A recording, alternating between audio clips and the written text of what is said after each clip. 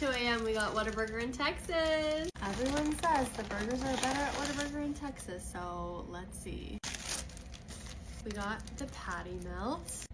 It's on Texas toast with pepper sauce, onions, cheese, and burger. Whoa. We got a dipper in gravy though.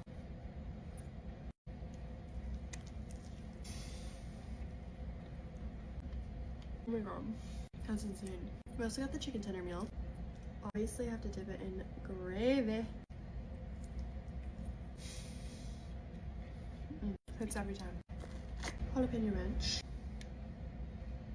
This might be spicy. Gotta kick, but it's good. Spicy ketchup. Honestly, I'm not really like a huge ketchup girl on fries, but the spicy ketchup is so good. Yes. This is a must order. Highly recommend.